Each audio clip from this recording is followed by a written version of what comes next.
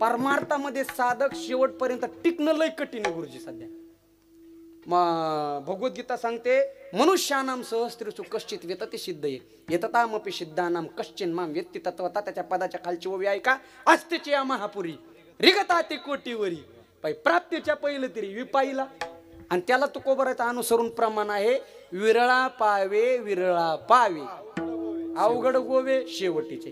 एखादा मनुष्य शेवटपर्यंत जातो. सगळेच माणसं परमार्थाला येतात पण सगळे शेवटपर्यंत जातात का, नाही नाही नाही. आमचे गुरुजी ना एक दृष्टांत सांगायचे, लक्ष देऊ नाही का. ते म्हणायचे साधू होते, दिगंबर अवस्थेमध्ये भजन करायचे, नग्न अवस्थेमध्ये, समाजाचं काही घेणं देणं नाही, आपल्या भजनामध्ये मग्न असायचे. गावातले माणसं गेले, म्हटले बाबा तुम्ही असं दिगंबर अवस्थेमध्ये भजन करता, आम्हाला काही वाटत नाही, पण गावातल्या माता मावल्या दर्शनाला येतात, तुम्हाला काही शोभत नाही.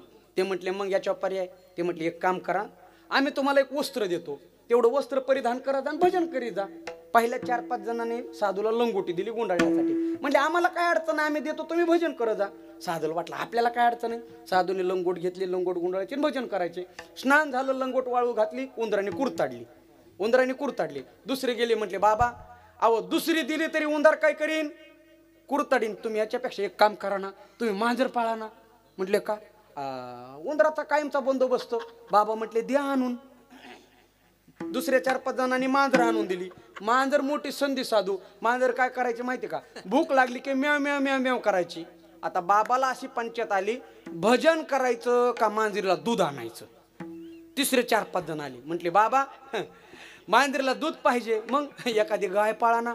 बाबा म्हटले द्या आणून. आता गाय पाहिजे ना, तिसऱ्याने गाय आणून दिली. आता गायची पंचायत आली, गाय चारायची का भोजन करायचं, अडचण आली का नाही.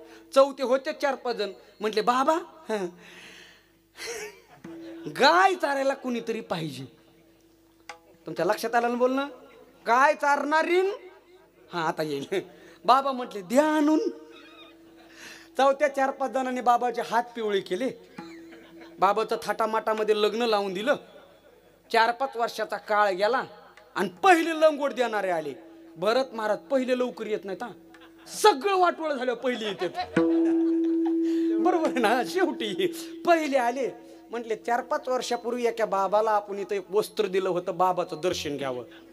बाबा जिथं झाडाखाली होते त्या झाडाच्या दिशेने गेले तर तिथं घर झालेलं होतं आणि घराच्या बाहेर 2-3 लेकरं खेळत होते.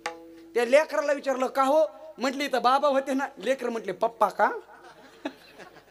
लक्षात आलं आपल्या लंगोटीने काय झालं. सगळे माणसं परमार्थाच्या वाटेने निघतात पण सगळे शेवटपर्यंत येतात का, नाही नाही नाही. माणसाच्या जीवनाचा शेवट लय महत्वाचा आहे. बघा बघा काय महत्वाचा आहे, आवश्यक तो शेवट.